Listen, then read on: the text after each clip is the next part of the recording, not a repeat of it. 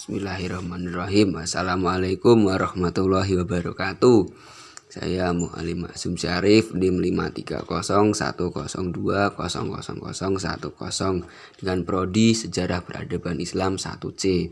Ingin mempresentasikan hasil makalah tentang periode Khulafaur Rasyidin dengan dosen pengampu Bapak Ahmad Faidi M. Hum. Pengertian Khulafaur Rasyidin itu Al-Khulafa Ar-Rasyidin bermakna sebagai pengganti Rasul yang cendekiawan. Adapun pencetus nama Khulafa Ar-Rasyidin adalah dari orang-orang Muslim yang paling dekat dari Rasulullah setelah meninggalnya beliau. Sedangkan khalifah secara khusus maksudnya adalah sebagai pengganti Nabi Muhammad SAW untuk memimpin imam umatnya dan memimpin umat Islam dari kalangan sahabat pasca Nabi wafat, menggantikan kepemimpinan Rasulullah sebagai kepala negara. Jadi secara umum khalifah adalah jabatan keagamaan yang dipegang oleh Imam A'zam atau penguasa tertinggi atau kepala negara yang mengurus beberapa urusan dan menjalankan sesuai dengan syariat Allah Subhanahu wa Ta'ala untuk mengatur kehidupan kaum muslimin dalam masalah kenegaraan sebagai kepala negara maupun kepala pemerintahan serta pemimpin agama. Adapun tugas kerasulan tidak dapat digantikan oleh Khulafaur Rasyidin karena Rasulullah adalah nabi dan rasul yang terakhir. Khulafaur Rasyidin merupakan pemimpin umat Islam dari kalangan sahabat pasca Nabi wafat. Merupakan pilihan langsung oleh para sahabat melalui mekanisme yang demokratis. Sistem pemilihan khalifah ada satu prinsip dasar yang diajarkan Nabi Muhammad SAW dalam bermasyarakat dan bernegara, yaitu musyawarah atau syura. Karena sejak Rasulullah menjadi pemimpin politik dan pemerintahan di Madinah, tidak pernah sedikit pun membicarakan untuk siapa yang berhak menjadi penggantinya, apalagi menunjuk penggantinya kelak. Tetapi ada satu prinsip yang diajarkan Nabi Muhammad SAW dalam bermasyarakat dan bernegara. Oleh karena itu, prinsip tersebut dijalankan dalam setiap pergantian pemimpin Islam seperti Khulafaur Rasyidin. Kemudian melalui perdebatan panjang dengan argumentasi antara masing-masing bani yang akhirnya Abu Bakar disetujui secara aklamasi untuk menduduki posisi sebagai khalifah pertama setelah Nabi wafat. Kemudian Umar bin Khattab diangkat dan dipilih oleh pemuka masyarakat dan disetujui oleh pemuka masyarakat secara aklamasi oleh umat Islam. Ini diawali dengan istijad Abu Bakar yang meminta Umar bin Khattab untuk bersedia menggantikan kedudukannya kelak jika meninggal dunia. Permintaan ini pun disetujui oleh Umar dan meminta agar dibicarakan terlebih dahulu di kalangan tokoh masyarakat supaya tidak terjadi salah paham. Utsman bin Affan dipilih dan diangkat oleh dewan yang terdiri dari 6 orang sahabat. Dewan ini dibentuk oleh Khalifah Umar bin Khattab ketika Khalifah Umar bin Khattab sedang sakit.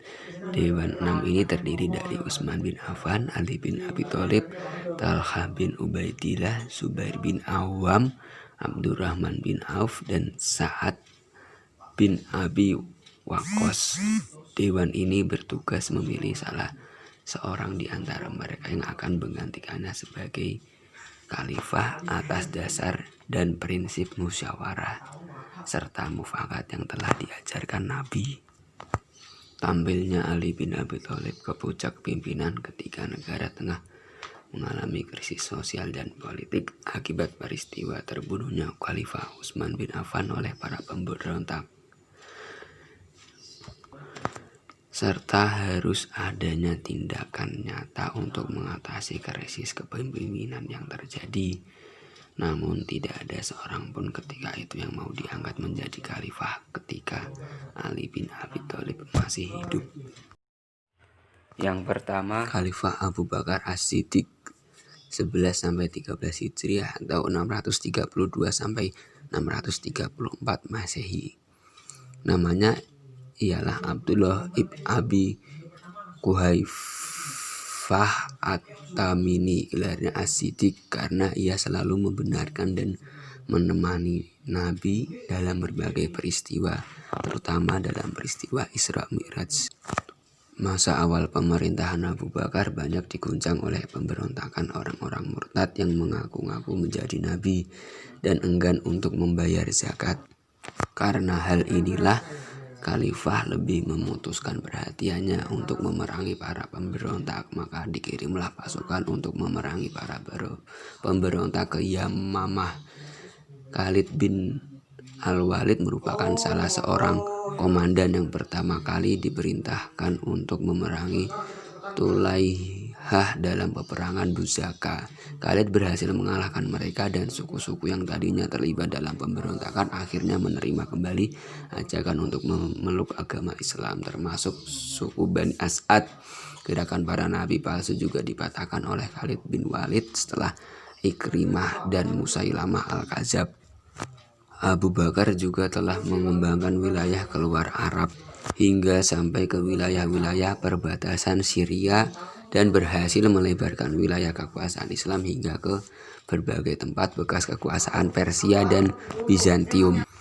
Abu Bakar menjadi khalifah hanya 2 tahun, tepatnya pada tahun 634 Masehi. Ia meninggal dunia dalam usia 63 tahun dikarenakan sakit. Yang kedua, Khalifah Umar ibnu Al-Khattab 13-23 Hijriah atau 634-644 Masehi. Dilahirkan 4 tahun setelah kelahiran Rasulullah SAW, seorang yang berbudi luhur, fasih dan adil serta pemberani, di mana ia selalu berkorban untuk melindungi Nabi dan agama Islam dalam beberapa peperangan besar di masa Rasulullah SAW. Oleh karena itu, Umar bin Khattab menjadi panglima tertinggi pasukan Islam dengan gelar khusus Amir al-Mu'minin atau panglima orang-orang beriman.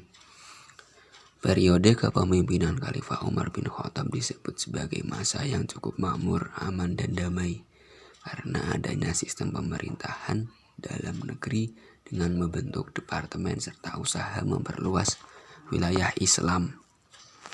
Wilayah Islam pada masa Umar bin Khattab meliputi semenanjung Arabia, Palestina, Syria, Irak, Persia, dan Mesir. Ada 2 kebijakan yang dilakukan Khalifah Umar bin Khattab. Yang pertama, kebijakan internal, yaitu sistem pemerintahan dalam negeri dengan membentuk departemen yang menangani masalah-masalah sosial, politik dan sebagainya. Kedua, kebijakan eksternal, yaitu dengan usaha memperluas wilayah penyebaran Islam keluar Jazirah Arab. Pada masa pemerintahan Khalifah Umar juga mulai diterbitkan pembayaran gaji dan pajak tanah. Berkaitan dengan masalah perpajakan, Khalifah Umar bin Khattab membagi warga negara menjadi 2 bagian. Pertama, masyarakat muslim, dan kedua, masyarakat non-muslim yang mendapat perlindungan negara. Untuk warga negara muslim, mereka dikenakan pajak perorangan atau kharaj, pajak tanah.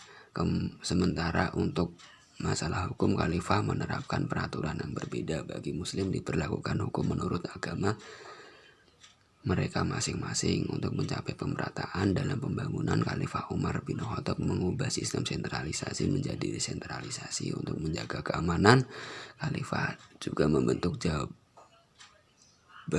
kepolisian atau Dewan al-Surtah dan jawaban pekerjaan umum. Untuk mengolah keuangan negara, Khalifah Umar membentuk lembaga keuangan yang disebut Baitul Mal.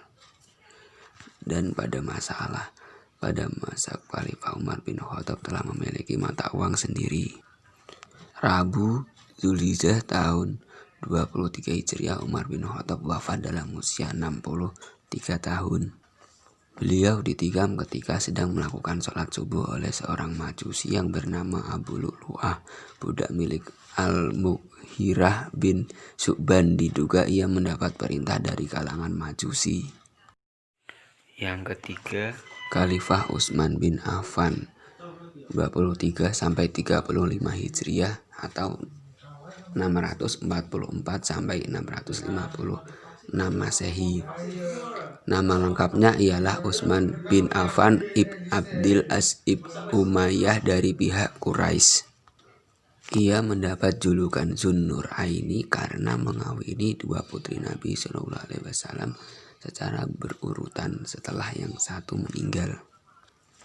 Khalifah Utsman bin Affan memerintah selama 12 tahun. Para pencatat sejarah membagi zaman pemerintahan Utsman menjadi dua periode, ialah 6 tahun pertama merupakan masa pemerintahan yang baik dan 6 tahun terakhir merupakan masa pemerintahan yang buruk. 6 tahun pertama kepemimpinannya negara berada dalam keadaan aman, damai, tentram, dan sejahtera. Tapi paruh terakhir masa pemerintahannya terjadi krisis kepercayaan yang menimbulkan konflik berkepanjangan. Krisis kepercayaan ini timbul karena adanya sekelompok yang terdiri dari keluarga dekatnya yang memanfaatkan posisi Utsman bin Affan sebagai khalifah. Hal ini kurang disadari oleh Khalifah Utsman bin Affan, sehingga banyak kroni dan orang-orang terdekatnya memanfaat ketulusan dan kejujuran khalifah. Salah satu faktor yang menyebabkan banyak rakyat kecewa terhadap kepemimpinan Utsman adalah ketika khalifah mengambil kebijakan yang kurang populer, misalnya mengangkat para pejabat negara seperti gubernur dari keluarganya sendiri, mengangkat keluarga dalam kedudukan tertinggi. Yang terpenting diantaranya adalah Marwan ibn Hakam. Dialah pada dasarnya yang menjalankan pemerintahan, sedangkan Utsman hanya menyandang gelar sebagai khalifah. Meskipun begitu, banyak jasa dan usaha yang dilakukan khalifah Utsman bernilai positif. Misalnya ia membangun angkatan laut sehingga pasukan Islam dapat menyeberangi lautan dan menebarkan agama Islam keluar jazirah Arab. Selain itu juga memperbaiki Masjid Nabawi, membangun jalan, jembatan, bendungan di kota Madinah agar tidak banjir. Karya besar Utsman lain yang dipersembahkan kepada umat Islam ialah susunan kitab suci Al-Quran, yang dimaksudkan untuk mengakhiri perbedaan-perbedaan serius dalam bacaan Al-Quran dikarenakan para kufadil atau penghafal Al-Quran banyak yang telah meninggal dunia. Hal itu dilakukan agar tidak terjadi perbedaan dalam bacaan Al-Quran. Utsman akhirnya wafat sebagai syahid pada hari Jumat tanggal 17 Zulhijjah 35 Hijriah atau 655 Masehi. Terbunuhnya Utsman bin Affan dilakukan oleh orang tak dikenal ketika para pemberontak berhasil memasuki rumahnya dan membunuh Utsman dalam keadaan sedang membaca Al-Quran. Yang keempat, Khalifah Ali bin Abi Thalib 35 sampai 40 Hijriah atau 656 sampai 661 Masehi. Ali adalah putra Abi Thalib ibn Abdul Muthalib. Ia adalah sepupu Nabi Muhammad SAW yang selalu menemani Nabi dalam perjuangan menegakkan Islam baik di Mekah maupun di Madinah, dan diambil menantu oleh Nabi SAW dengan menikahkannya dengan Fatimah. Yang pertama diselesaikan oleh Khalifah Ali ialah menghidupkan cita-cita Abu Bakar dan Umar, menarik kembali semua tanah dan hibah yang telah dibagikan oleh Utsman kepada kaum kerabatnya ke dalam pemilikan negara. Ali juga segera menurunkan semua gubernur karena tidak sesuai dengan bidangnya. Kebijakan-kebijakan Ali juga mengakibatkan timbulnya perlawanan dari gubernur di Damaskus, karena Ali tidak mau menghukum para pembunuh Utsman dan mereka menuntut bela terhadap darah Utsman yang telah ditumpahkan secara zalim, serta menuduh Ali adalah orang yang mendalangi pembunuhan Utsman. Peristiwa yang terkenal dalam masa Ali adalah terjadinya perang antara kubu Ali dan kubu Muawiyah, mana perang tersebut terjadi di daerah bernama Siffin, sehingga perang ini disebut sebagai perang Siffin, yang disebabkan karena sejumlah bekas pejabat tinggi yang merasa kehilangan kedudukan dan kejayaannya. Setelah terjadinya perang tersebut, kelompok Ali pecah menjadi dua bagian, dan kelompok yang keluar dari kelompok Ali dinamai sebagai kelompok Khawarij atau orang-orang yang keluar.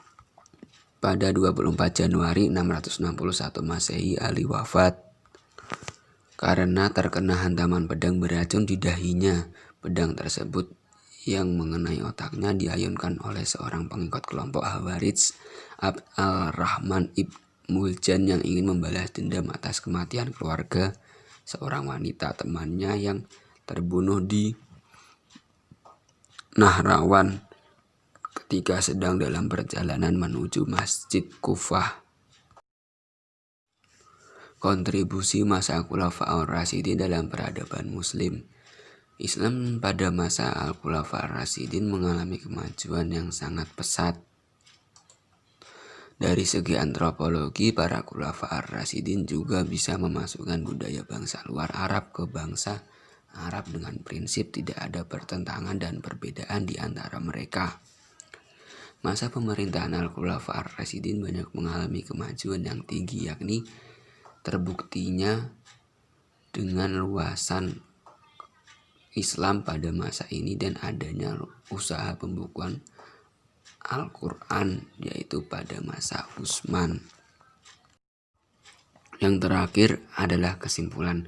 Jadi sesudah Ali bin Abi Thalib, para pemimpin umat Islam atau khalifah tidak termasuk Khulafaur Rasyidin karena mereka merubah sistem dari pemilihan secara demokratis menjadi kerajaan, yaitu kepemimpinan didasarkan atas dasar keturunan seperti halnya dalam sistem kerajaan. Dengan wafatnya Khalifah Ali, maka masa pemerintahan Khulafaur Rasyidin telah selesai. Karena sesudah itu pemerintahan Islam dipegang oleh Khalifah Muawiyah bin Abu Sufyan secara turun-temurun hingga disebut Daulat atau Bani Umayyah. Sekiranya hanya itu yang dapat saya presentasikan mengenai periode Khulafaur Rasyidin. Jika masih banyak kekurangan dan kesalahan, saya mohon maaf yang sebesar-besarnya, karena kesempurnaan itu hanya milik Allah Subhanahu wa Ta'ala. Wassalamualaikum warahmatullahi wabarakatuh. Terima kasih.